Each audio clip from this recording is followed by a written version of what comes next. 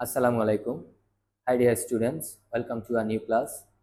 The most important topics changing sentence অর্থাৎ SSC পরীক্ষার্থীদের জন্য 4 নম্বরে যে কোয়েকশনটি থাকে সেটি হচ্ছে চেঞ্জিং সেন্টেন্স এবং তুলনামূলকভাবে চেঞ্জিং সেন্টেন্সটি সহজ যদি তার কিছু রুলস আছে ওইগুলো আমরা জানা থাকে।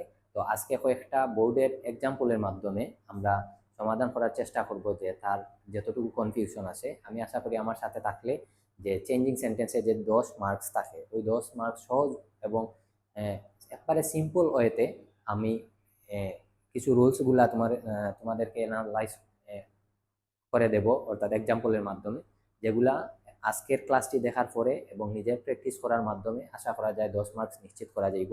তো আজকের আর কথা না বাড়াই আমরা শুরু করি।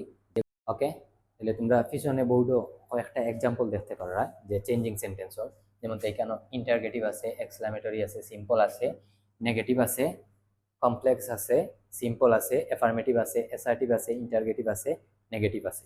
অর্থাৎ কয়েকটা বোর্ডের কোয়েকশনস যেগুলো আমরা সমাধানের মাধ্যমে আমরা চেঞ্জিং সেন্টেন্স অর্থাৎ ট্রান্সফরমেশন অফ সেন্টেন্স কমপ্লিট করার চেষ্টা করলাম, যেগুলার আমি নিয়মগুলা ওই এক্সাম্পলের মাধ্যমে হইয়া দিব যে তোমরা কিলান অ্যাপ্লাই করতে আরো কিছু এনাদার কিছু বোর্ড কোয়েকশনগুলো অ্যানালাইজ করবাই ওগুলার আলোকে। তো কথা না বাড়াই আমরা শুরু করি। মূলত হইল গিয়া চেঞ্জিং সেন্টেন্স মানে হইল গিয়া যে ও ধরনের সেন্টেন্স যেটা যে স্ট্রাকচার পরিবর্তন হইব কিন্তু কোনো মিনিং পরিবর্তন হইতো না ওইটা, অর্থাৎ যে অর্থটা দাঁড়াইব ওইটা পরিবর্তন হইতো না, জাস্ট গঠনটা সেন্টেন্সের গঠনটা পরিবর্তন, কিছু নিয়ম আছে ওগুলা পরিবর্তন করা লাগবে, বাট অর্থটা সেম সেম থাকা লাগবে। অর্থাৎ তুমি যেভাবে পরিবর্তন করো কিন্তু অর্থটা সেম থাকতে হইব। তাইলে প্রথমটা আমরা দেখতাম পারি, দেখো এখানে প্রথমে যে এক্সাম্পলটা হয়েছে যে we need strategy for the examination, এটা করতাম আমরা ইন্টারগেটিভ, এটা ইন্টারগেটিভ করতাম। এখন কথা হইল কি ইন্টারগেটিভ ওর কিছু নিয়ম আছে, ধরো দুইটা নিয়ম আমি হইয়া দিই। ইন্টারগেটিভ ওর একটা হইল গিয়া যদি এভরিবডি থাকে তাইলে who does not, nobody বা নো ওয়ান ওগুলা থাকে তাইলে হু, এটা হইল বেসিক দুইটা নিয়ম। যদি এগুলা না থাকে শুধু যদি অক্সিলারি ভার্ব থাকে তাইলে অক্সিলারি ভার্বটা সামনে আইতো, অর্থাৎ সাবজেক্টর সামনে আসবে আইয়া, ওখানে একটা যদি অ্যাফার্মেটিভে থাকে তাইলে একটা নেগেটিভ, তবে নটটা কনস্ট্রাক্ট হিসাবে ব্যবহার করা লাগবে। আর যদি অক্সিলারি ভার্ব না থাকে, যদি মেইন ভার্ব থাকে তাইলে আমরা পার্সন এবং টেন্স অনুযায়ী তিনটা ভার্ব, যে তিনটা ভার্ব হইল গিয়া যে কোনো, অর্থাৎ আমরা যে যখন কোনো অক্সিলারি ভার্ব অর্থাৎ মেইন ভার্ব থাকে যখন অক্সিলারি ভার্ব হিসাবে নিতাম কোনগুলা, ডু, ডিড, ডাজ, ও তিনটা। তাহলে এখানে দেখো উই নিড স্ট্র্যাটেজি, তাহলে নিডটা হইল গিয়া ভার্ব অর্থাৎ মেইন ভার্ব, তাইলে এখানেও আমরা আর কোনো অক্সিলারি ভার্ব নাই কিন্তু হইছে ইন্টারগেটিভ। ইন্টারগেটিভ মানে হইলে প্রশ্ন বানাইতাম, তাইলে আমরা জানি যদি মেইন ভার্ব থাকে তাইলে ডু, ডিড, ডাজ আইতাম। তাইলে এখানেও দেখো উইটা হইল কি প্লুরাল, আর আমরা জানি ডু, ডিড, ডাজের ব্যবহার, সো এখানে উই অনুযায়ী আমরা কেটা বইব, তাইলে ডু বইব। তাইলে এখানে আমরা আনলাম ডু, লেখলাম ডু। এখন কথা হইল কি যদি সেন্টেন্সটা এফার্মেটিভে থাকে তাহলে ইন্টারগেটিভ নেগেটিভ করা লাগবে, এখানে দেখো কোনো নোট নাই, সো এখানে আমরা এখন করা লাগবো কিতা ডোন্ট, নটটা কনস্ট্রাক্ট হিসেবে ব্যবহার করবো, ডু নট না, ডু নট না লিখে লেখবো ডোন্ট, তাইলে ডোন্ট এরপরে লেখবো উই, আর বাদ বাকি সব ঠিক ঠিক থাকবো। অর্থাৎ যে সাবজেক্ট যেটা তার আগে একটা অক্সিলারি ভার্ব আইব, যদি অক্সিলারি ভার্ব ওখানে থাকতো এমি যার ওয়াজ ওয়ার তাইলে ওটা আনতাম, আনিয়ে ওখানে নোট করতাম, নাই বিদায় আমরা মেইন ভার্ব অনুযায়ী আমরা ডু আনছি। আর এটা সেন্টেন্সটা যেহেতু এফার্মেটিভ তাইলে ইন্টারগেটিভ নেগেটিভ করা লাগবে, তাইলে ডোন্ট উই, এরপরে আমরা নিড, এরপরে হইল কি স্ট্র্যাটেজি ফর দা মনে করো এক্সামিনেশন, এরপরে একটা কোয়েকশন মার্কস দেওয়া লাগবে। তাইলে don't we need strategy for the examination, শেষ, আমরা ইন্টারগেটিভ হয়ে গেছে। আমি যদি অর্থ নাও পারি, কথা হইল কি অর্থ যদি না পারি ওইভাবে আমরা যদি সমাধান করার চেষ্টা করি তাইলে প্র্যাকটিসের মাধ্যমে আরো কিছু জেনারেল নিয়ম আছে। নেক্সট আমরা দেখো elaborating answer in the exam is very unnecessary, এটা করতাম আমরা এক্সক্লামেটরি। এখন এক্সক্লামেটরি মানে কি কোন ধরনের সেন্টেন্স, যেটা রাখে আশ্চর্যবোধক সেন্টেন্স, অর্থাৎ যেটা মনের আবেগ অনুভূতি ওগুলা বুঝাইব। তাইলে এখানেও দেখো এক্সক্লামেটরি সেন্টেন্সেরও কিছু নিয়ম আছে যেগুলো আমরা করতে গেলে যে প্রথমে কিতা করা লাগে, দেখো এখানে আছে অ্যাসার্টিভ সেন্টেন্স, করা লাগবে এক্সক্লামেটরি। এখন আর নিয়ম হইল যে যদি আমরা বেরি থাকে তাইলে প্রথমত হইল গিয়া যদি বেরি থাকে, শুধু বেরি থাকে, তাইলে হাউ দিয়া শুরু করবো। সেন্টেন্সের ভিতরে যদি বেরি থাকে তাইলে হাউ দিয়া শুরু করবো। আর বেরির সাথে যদি একটা এ অথবা এন থাকে তাইলে আমরা হোয়াট দিয়া শুরু করবো। তাইলে এখানে শুধু বেরি আছে দেখো, তাইলে আমরা এখানে দিতাম পারি হাউ, সরি এখানে হাউ।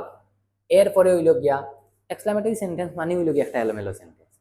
তার মানে সাবজেক্ট কোথায় থাকবো, ভার্ব কোথায় থাকবো, এটা কোনো নির্দিষ্ট নাই। তবে সচরাচর আমরা দেখি যে সাবজেক্ট আর ভার্ব শেষে থাকে। তাইলে ও অনুযায়ী করবো। তাইলে এখানে আমরা লিখতাম পারি হাউ, আর বেরির পরে বেরিটা বাদ যাইব কি, বেরির পরে যা থাকবো, তাইলে how unnecessary,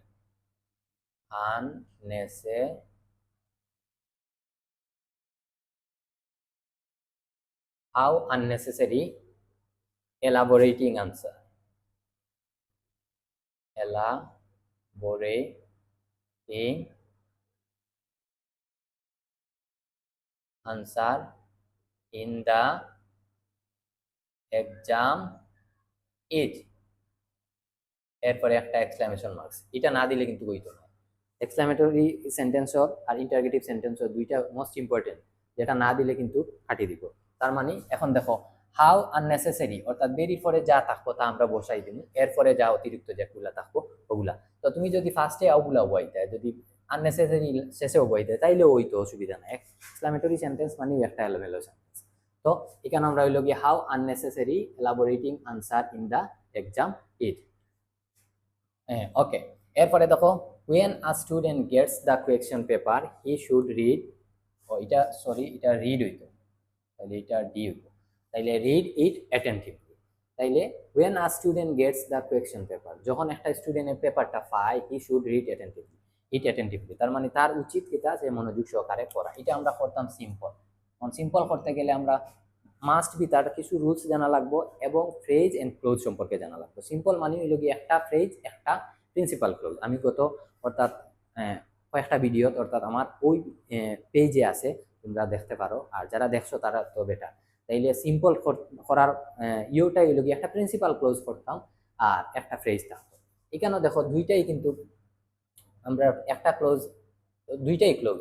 when a student gets the question paper, এটা হইল কি সাবঅর্ডিনেট ক্লোজ, আর he should read it attentively, এটা হইল কি প্রিন্সিপাল ক্লোজ। এখন একটারে আমরা করতাম, এখন নিয়ম আছে। when যদি থাকে তাইলে প্রেজেন্ট পার্টিসিপল অথবা in plus time, on plus time, at plus time, ও জাতীয় একটা নিয়ম আছে। তাইলে আমরা যদি when, এটার একটা নিয়ম আছে, when এর পরিবর্তে আমরা প্রেজেন্ট পার্টিসিপল করতাম। এখন প্রেজেন্ট পার্টিসিপল মানে হইল কি ভার্বের সাথে আইএনজি, তাইলে ওখানে যাইয়া দেখতে হইব ভার্ব হয় গেটস, দেখো তাইলে গেটর লগে আমরা আইএনজি করতাম। কিন্তু এখানে একটা কথা হইল কি সাবজেক্ট আর স্টুডেন্ট, এটা সাবজেক্ট। যদি আমরা এখানে সাবজেক্ট রাখি দেই তাইলে তো ক্লোজ থাকলো। আমরা ফ্রেজর সংজ্ঞাও হইল গিয়া where there is no subject no finite verb, অর্থাৎ যেখানে সাবজেক্ট ফাইনিট ভার্ব থাকতো না ওইটা হইল কি ফ্রেজ। তার মানে আর স্টুডেন্টটা আমরা হয় বাদ দিতে হইব অথবা আর স্টুডেন্টটা ওই যে হির জায়গা নিয়ে বইতে হইব। হিটা বাদ দিলে হি প্রোনাউন, তাইলে ওটা নাউন নিয়ে ওখানে বই দিব। তাইলে দেখো আমরা ওটার সাথে আইএনজি করলে গেটিং হয়ে যায়, GETTING, গেটিং। এরপরে স্টুডেন্ট আর স্টুডেন্টটা আপাতত বাদ, অর্থাৎ মনে মনে বাদ দিলাম যে এটা আমরা সাবজেক্টটা তুলে দিতে হইব। তাহলে getting the question paper, getting the question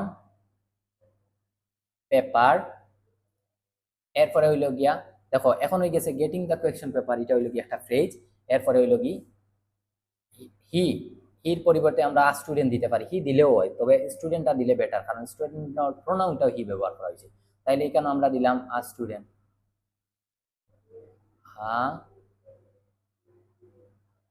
a student should read it attentively, শেষ আমার হয়ে গেছে। তাইলে দেখো এটা হইল কি একটা ফ্রেজ আর এটা একটা ক্লোজ। তাইলে আমরা শর্ত মানছে এবং অর্থটা ঠিক আছে, সো এটা হইল কি আমরা সিম্পল সেন্টেন্স। এখন দেখো নেক্সট ওয়ান, দেখো initially the question May SIM difficult, এটা হইল গিয়ে নেগেটিভ করতাম। নেগেটিভ মানে হচ্ছে নেগেটিভের নিয়ম আছে যে যদি অক্সিলারি ভার্ব থাকে তার সাথে একটা নট, এরপরে যে অ্যাডজেক্টিভ থাকে তার বিপরীত অপোজিট করা লাগবে। সেই কেন দেখো ইনিশিয়ালি দ্য কোয়েকশন মে, তাইলে এটা কিন্তু আমরা মডাল ভার্ব, তাইলে এটার আমরা যেহেতু মডাল ভার্ব পাইছি তার সাথে একটা নট, এরপরে যে একটা অ্যাডজেক্টিভ, এটা সরি এটা হইতো গিয়া সিম, তাইলে এরপর অ্যাডজেক্টিভ যে একটা ওটারে বিপরীত করতাম। তাইলে আমরা লিখলাম ইনিশিয়ালি, ইনিশিয়ালি দা কোয়েকশন মে, তাইলে এরপরে মেয়ের সাথে একটা অক্সিলারি ভার্ব, যেহেতু তার সাথে একটা নট, মে নট, এরপরে সিম, এখন ওইটা হইল কি অ্যাডজেক্টিভ। ডিফিকাল্ট, তাইলে ডিফিকাল্ট মানে কঠিন, তাইলে এটার হইল কি সহজ, ইজি। বিপরীত করে দিলাম, আমার নেগেটিভ হয়ে গেছে। তাইলে initially the question may not seem easy. Just আমরা যদি অক্সিলারি ভার্ব থাকে তাইলে তার সাথে নট, না থাকে যদি তাইলে কি তা করতাম, ওই যে আমরা তিনটা জাতীয় অক্সিলারি ভার্ব, যেটা ডু ডিড ডাজ, ওইটা, তার মানে ডু ডিড ডাজ ওইটা নিয়ে বয়াইমু, বয়ানির পরে তার সাথে একটা নোট করমু, করিয়া তারপরে অপোজিট করবো। তাইলে এখানে যেহেতু আমরা আছে তাইলে ওইটা করলাম। এখন দেখো এর পরেরটা, a student should try to answer all the question to do good in the exam। এটা করতাম আমরা কমপ্লেক্স। সেম কমপ্লেক্স করতে দুইটা ক্লোজ করা লাগবে, একটা সাবঅর্ডিনেট ক্লোজ, একটা প্রিন্সিপাল ক্লোজ। দুইটা ক্লোজ করতাম, কিছু নিয়ম আছে, যেমন সিম্পলও যদি টু, ইন অর্ডার টু এগুলা থাকে, তাইলে কমপ্লেক্স সো দ্যাট বয়, এরপরে সাবজেক্ট, এরপরে ক্যান অথবা কুড, এরপরে বাকি অংশ। সেম এখানে দেখো খুঁজাইয়া দুইটাই আছে টু, তো আমরা দেখবো অর্থ অনুযায়ী কোনটা টু বইলে। এখানে দেখো টু আনসার আছে, আবার টু ডু আছে। তাইলে আমরা যদি আপাতত ইটারে না ধরি, তাইলে আমরা লেখি যদি ওই টুর জায়গাতে আমরা পরিবর্তন করি, এখানে টুর পরে বার ওয়ান ইনফিনিটিভ টু, আর টুর নিয়ম হইল গিয়া টুর পরিবর্তে আমরা সো দ্যাট হইতো। তাইলে আ student should, a student should try to answer all the question। এখন দেখো ও টুর পরিবর্তে আমরা বইতে হইব সো দ্যাট, তাইলে টুর পরিবর্তে আমরা বইলাম সো দ্যাট, টুর পরিবর্তে আমরা বইছি। আর তার নিয়ম হইল কি সো দ্যাট ওর পরে অলওয়েজ ক্যান অথবা could be, same so dot dot that ওর পরে ক্যান নট অথবা কুড নট বয়। এখন আমরা এখানে আমরা সো দ্যাট বইছি, এখন ক্যান অথবা কুড বইতো, যদি সেন্টেন্সটা প্রেজেন্টে থাকে তাইলে আমরা বইব ক্যান, আর যদি পাস্টে থাকে তাইলে কুড। এখন দেখো এখানে কিতা হয়েছে, আর স্টুডেন্ট শুড ট্রাই টু, তাইলে শুড মডাল ভার্ব, এখানে আছে প্রেজেন্টে, তাইলে কিতা সো দ্যাট, এরপরে আরেকটা কথা হইলো কি সো দ্যাট এর পরে একটা সাবজেক্ট। এখন সাবজেক্ট পাইতাম কই, আমরা দুইটা ক্লোজ করতে গেলে মাস্ট দিছি। কমপ্লেক্সও মনে রাখবাই, দুইটা সাবজেক্ট ছাড়া কমপ্লেক্স হইতো না। তার মানে এখন দেখো আ স্টুডেন্টটা হইলো কি সাবজেক্ট, তাহলে তার অনুরূপ একটা সাবজেক্ট ওখানে বইলাম, তাহলে আ স্টুডেন্টও দিতে পারো। আ স্টুডেন্ট না দিয়ে আমরা সেম একটু আগে যে একটা, যে ওখানে হি পাইছিলাম, দেখো তো এর এক্সাম্পলের আগে একটা হি পাইছিলাম, ওখানে আ স্টুডেন্ট দিছি, হির জায়গাতে আ স্টুডেন্ট দিছি, সেম আ স্টুডেন্টের জায়গাতে এখন হি দিলাম, তাইলে হি ক্যান, এরপরে ডু, এরপরে গুড, এরপরে ইন দা এক্সাম। কমপ্লেক্স হয়ে গেছে, দুইটা ক্লোজ হয়ে গেছে। দেখো a student should try to answer all the question so that, এটা হলো কি subordinate markers, he can do good in the exam. শেষ। এরপরে দেখো বাদরটা, if a student should try to answer all the question correctly he will get good marks. এটা করতাম আমরা সিম্পল, সেম একটু আগে সিম্পল মানে হলে একটা ফ্রেজ বানাইতে হইব, একটা ক্লোজ বানাইতে হইব, তার মানে এবং ক্লোজটা হইতে হইব প্রিন্সিপাল ক্লোজ। এখন দেখতে হইব এখানে আমরা কোনো কিছু নিয়ম আছে। হ্যাঁ দেখো এখানে ইফ, এখানে আমরা দেওয়া আছে কিতা, if a student should try to answer all the question correctly he will get good marks. তাইলে ইফ আমরা কমপ্লেক্সও থাকে, যদি ইফ কমপ্লেক্সও থাকে তাইলে আমরা সিম্পল করতে গেলে কিতা করা লাগে দেখো, তাইলে ইফর পরিবর্তে বাই প্লাস জিরান বসাই লাগবো। কারণ বাই প্লাস জিরান বলতে কিতা বাই বইমু, এরপরে ভার্বের সাথে আইনজি। দেখো এখানে ইফর পরিবর্তে বইলাম বাই প্লাস জিরান, তাইলে বাই বইছে, এখন জিরান্ডর দরকার, জিরান মানে হইল গিয়া অর্থাৎ ভার্বের সাথে আইএনজি। এখন দেখো আ স্টুডেন্টটা হইল কি সাবজেক্ট, আ স্টুডেন্টটা সাবজেক্ট, সুডো ফাইনিট ভার্ব, এটার সাথে আইএনজি নাই। আমরা করতাম পারি দেখো যে আমরা ও যদি স্টুডেন্টটার সাবজেক্টটার একবার আপাতত রাখলাম, শুড ট্রাইটারে বেনিশ করে দিলাম, ট্রাই টু বেনিশ করে দিলাম, তাহলে আমরা লিখতাম পারি by answering all the question correctly, by answering all the question correctly, তাইলে by answering all the question correctly, একটা আমরা ফ্রেজ বানাইছি, যেহেতু সিম্পল করতাম by answering all the question, তখন আনসারটা হইল কি ভার্ব, এটা আছে নন ফাইনিট ভার্ব। এখন আমরা নন ফাইনিট ভার্ব ঠিকও আছে, তবে আমরা নিয়ম অনুযায়ী বাই প্লাস জিরান করছি, তাইলে বাই প্লাস জিরান রয়েছে, এরপরে ওইটা আপাতত বাদ দিছি, আর এটা হইল কি ফাইনিট ভার্ব, এটা আমরা বেনিশ করা লাগবে, কারণ ফ্রেজ ফ্রেজও আমরা কোনো ফাইনিট ভার্ব থাকতো নাই। তাইলে by answering all the question, এরপরে হইল কি হি। এখন হির পরিবর্তে ওই স্টুডেন্টটা দিতে পারো। তাইলে আ student will get good marks. যদিও লেখাটা একটু স্পষ্ট নয়, অর্থাৎ ছোট ছোট হয়ে যায়, কারণ এখানে জায়গাটা কম। আমি চাইছি যে সবগুলা একটার মাধ্যমে, অর্থাৎ এক আমি শেষ করতাম। দ্যাটস ওয়াই এখানে আমি একটু ছোট ছোট, তবে পরিষ্কার আছে, বুঝতে পারবা তোমরা। একটু করি লেখলাম, একটু ছোট ছোট হয়ে যায় লেখাটা। আচ্ছা, এরপরটা দেখো, a student should not right irrelevant answer. এটা করতাম অ্যাফার্মেটিভ, আছে আমরা নেগেটিভ। দেখো নেগেটিভ কেমনে থাকবো, কারণ নট থাকবো বা না বোধক যে কোনো কিছু থাকবো। তাইলে আমরা নেগেটিভ করতে গেলে সেম আমরা অ্যাফার্মেটিভ জেলা, অ্যাফার্মেটিভ থাকলে নেগেটিভ জেলান করি, তার অপোজিট করা লাগবো। আমরা নটটা বাদ দিতে হইব। এরপরে যে একটা অ্যাডজেক্টিভ আছে তার বিপরীত করা লাগবো। তাইলে লিখতে হইব আ student should, a student should write. এখন এটা হইল কি অ্যাডজেক্টিভ, ওইটারে আমরা বিপরীত করতে হইব। জাস্ট খালি আই আরটা বাদ, আই আর বাদ দিলে হইলে রিলেভেন্ট। তাইলে রিলেভেন্ট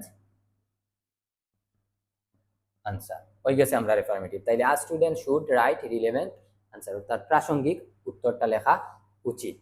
আমি অর্থটা কইরাম না, লং যদি হয়ে যাবে, এগুলো তোমরা সহজ আছে, অর্থটা বুঝবাই, অনেক প্র্যাকটিস করছো। তো এটার ইয়েটা একটু আমি একটু অ্যানালাইজ করলাম। তাইলে দেখো হাউ, এর পরেরটা, অর্থাৎ how irritate the examiners become to see such irrelevant answer. এটা আছে দেখো, এখানে যেহেতু এক্সক্লামেশন মার্কস আছে, তাইলে এক্সক্লামেটরি সেন্টেন্স আছে, আমরা করতাম হইল কি অ্যাসার্টিভ সেন্টেন্স। তাইলে অ্যাসার্টিভ সেন্টেন্সও দেখো হাউ থাকলে আমরা একটু আগে একটা করছি, যদি ভেরি থাকে তাইলে এটা ফার্স্টে হইল গিয়া হাউ, আর যদি তাইলে হাউ থাকে তাইলে ওখানে একটা ভেরি বইব। তবে এর আগে আমরা অ্যাসার্টিভ যেহেতু করতাম, অ্যাসার্টিভ সেন্টেন্সটা ওয়াই সাবজেক্ট এবং ভার্ব দিয়ে শুরু। তাইলে এখানে সাবজেক্টটা খুঁজাইয়া বাইর করো। দেখো দা এক্সামিনার, তাইলে দা এক্সামিনার সাবজেক্ট লিখলাম দা এক্সামিনার, দা এক্সামিনার। এরপরে ভার্ব, ভার্বটা লিখলাম দা এক্সামিনার বিকাম, এরপরে লিখলাম ইরিটেট,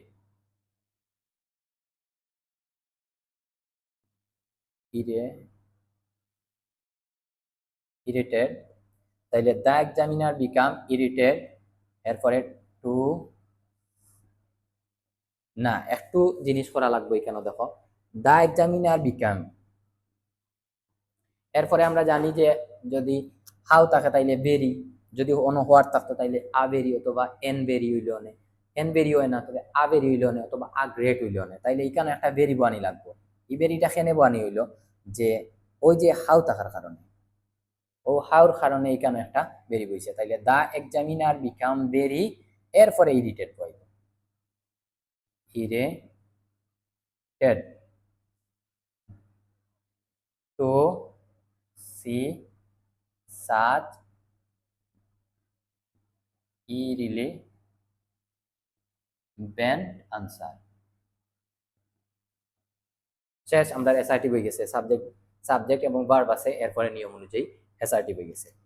এরপরেরটা দেখো the examinee should not waste time by doing so.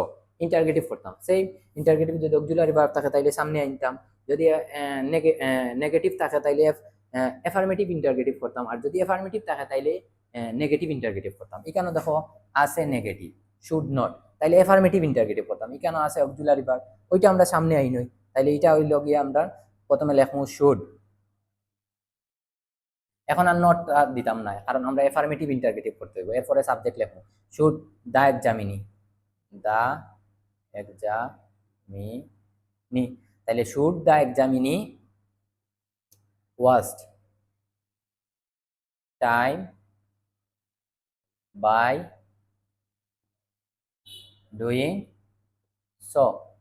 এখানে ইন্টারগেটিভ যেহেতু, তাইলে ইন্ট্রোগেশন মার্কস অর্থাৎ কোয়েকশন মার্কস দেওয়া লাগবে লাস্ট অফ ওয়ান। অর্থাৎ দেখো তাইলে একবারে শেষে যে এক্সাম্পলটা আছে, by following the process every students can achieve a good result in an examination. অর্থাৎ মনে রাখবা এটা করছে আমরা নেগেটিভ করতাম, তাহলে নেগেটিভও আমরা জানি কিতা যে যদি নিয়মগুলা কিছু আছে যেমন হ্যাভ টু হ্যাজ টু থাকলে একটা নিয়ম আছে, অনলি এলন থাকলে একটা নিয়ম আছে, এরপরে টু ডট ডট টু থাকলে একটা নিয়ম আছে, এরপরে ইভরি থাকলে একটা নিয়ম আছে, ওই জাতীয় কিছু নিয়ম আছে, এড সুন এস থাকলে নো সুনার হেড ওইগুলা। তাইলে আমরা এইখানে দেখো ই সেন্টেন্সটা যদি কোনো সেন্টেন্সে বাই প্লাস জিরান থাকে তাহলে উইথাউট প্লাস জিরান লেখা লাগবে যদি আমরা নেগেটিভ করা হয়, এরপরে যেগুলো আছে এগুলার বিপরীত করা লাগবে। তাইলে এখানেও দেখো এখানেও বিপরীত বলতে এখানে ইভরি স্টুডেন্ট মানে ইভরি ওয়ান, তাইলে এখানে আমরা ফার্স্টে লিখতে পারি, তোমরা যদি নিয়ম অনুযায়ী ফার্স্টে নয় বাদ দাও তাইলে তোমরা সহজ হইতে তাইলে বাই ফলোইং আমরা করা লাগবো with out following the process, the process দিলাম। তাহলে উইথাউট ফলোইং বাই ফলোইং দিলাম without following the process every student, তাইলে এখানে ইভরি স্টুডেন্টে নো অর্থাৎ দিতে পারো তোমরা দেয়ার ইজ নো স্টুডেন্ট অথবা নো স্টুডেন্ট, তাইলে এখানে every student without following the process every স্টুডেন্টের জায়গা দিতে পারো নো স্টুডেন্ট, নো স্টুডেন্ট, এরপরে can achieve a good result, result in এরপরে এন এক্সামিনেশন, এক্সামিনেশন। তাইলে আশা করি বোঝা গেছে যে এখানে বাই ফলোইং ওর জায়গাত উইথাউট ফলোইং বাদ বাকি ঠিক আছে, এরপরে ইভরি স্টুডেন্টের জায়গাত জাস্ট খালি ন, যেহেতু আমরা একটা নেগেটিভ করতাম তাইলে নেতিবাচক একটা হইতে হইব। এবং দেখো এখানে কইছে বাই ফলোইং দ্য প্রসেস, এই প্রক্রিয়ার মাধ্যমে ইভরি স্টুডেন্ট প্রত্যেক ছাত্রছাত্রী ক্যান অ্যাচিভ অর্থাৎ অর্জন করতে পারে আ গুড রেজাল্ট একটা ভালো ভালো ফলাফল ইন এন এক্সামিনেশন একটা পরীক্ষায়। তার মানে এখন হয়েছে কিতা উইথাউট ফলোইং দ্য প্রসেস, এই প্রক্রিয়া ছাড়া বা ফলো অনুসরণ করা ছাড়া নো স্টুডেন্ট কোনো ছাত্র ক্যান অ্যাচিভ অর্থাৎ কোনো ছাত্রই পারে না আ গুড রেজাল্ট একটা ভালো ফলাফল করতে বা ফল করতে ইন এন এক্সামিনেশন অর্থাৎ একটা পরীক্ষা। তাইলে আশা করি এই যে কয়েকটা এক্সাম্পল এখানেও আমি যথেষ্ট বোঝানোর চেষ্টা করছি, যদিও এটা একটু হয়ে গেছে, আমি চেষ্টা করছি অর্থাৎ এখানেও প্রায় 10টার মতন 10টা এক্সাম্পল এক হয় আমি বোঝানোর চেষ্টা করছি, দ্যাটস ওয়াই এখানে কিছু একটু মানে হয়ে গেছে ঘিসিমিসি হয়ে গেছে, তবে পরিষ্কার বোঝা যাইব আমার আশা করা যায়। তো ওইভাবে প্র্যাকটিস করার মাধ্যমে আর কিছু নিয়ম অ্যাপ্লাই করার মাধ্যমে জানার মাধ্যমে আমরা যদি এগুলাই করতে পারি তাইলে সহজ হয়ে যায়। আর এটা হইল কি একবারে মোটামুটি এটা তুলনামূলকভাবে গ্রামার টপিক্স যে কোনো টপিক্স থাকি সহজ, এবং এগুলাত মার্কস না তুললে একটা স্টুডেন্ট কিন্তু অনেক ট্রাবলও করে যাইব ইংলিশ ফার্স্ট সেকেন্ড পেপারও মার্কস অর্থাৎ বালা মার্কস তুলতে গেলে। তাইলে যেমন কিছু কিছু টপিক্স আছে সাফিক্স এন্ড প্রিফিক্সেস, গতদিনে আমি একটা করছি, ট্যাক্টুয়েকশন, কানেক্টরস যেগুলো মাল্টিপল আনসার, এরপরে চেঞ্জিং সেন্টেন্স, যদিও রাইট ফর্ম অফ ভার্বস একটু ক্রিটিক্যাল, কিন্তু ওই টপিক্সগুলো তো মার্কস তোলা লাগবে বেশি অর্থাৎ 100% মার্কস তুলতে হইব। এখানে 10টা থাকলে মিনিমাম 9টা 8টা 10টা হইতে হইব, না হইলে তোমার কিন্তু মার্কসটা কমে যাইব। সো এই পর্যন্ত আমরা ক্লাস, আশা করি তোমরা অনেক উপকৃত হইবা যদি এই ভিডিওটা দেখো, এই ভিডিওর মাধ্যমে অনেক হেল্প হইব। আর ইংলিশ আরো কিছু ক্লাস আমার চ্যানেলে পাইবা পরীক্ষার আগ মুহূর্ত পর্যন্ত, ম্যাথও পাইবা, সায়েন্সেরও কিছু ক্লাস পাইবা। তো ফলো রাখো আমার পেজটা যাতে পরীক্ষার আগ মুহূর্ত পর্যন্ত তোমরা উপকৃত হইতে পারো। নেক্সট যে ক্লাসটা নিয়ে আমি এই বইটা একটু অর্থাৎ এক ফাইনাল সাজেশন অর্থাৎ ইংলিশ ফার্স্ট পেপার এবং সেকেন্ড পেপার ও রাইটিং এর উপরে একটা সাজেশন দেওয়ার চেষ্টা করবো, যেগুলো আমার ধারণা যে এগুলা কমপ্লিট করতে পারলে কমন পড়বো ইনশাআল্লাহ। সবাই ভালো থাকো, সুস্থ থাকো, আল্লাহ হাফিজ।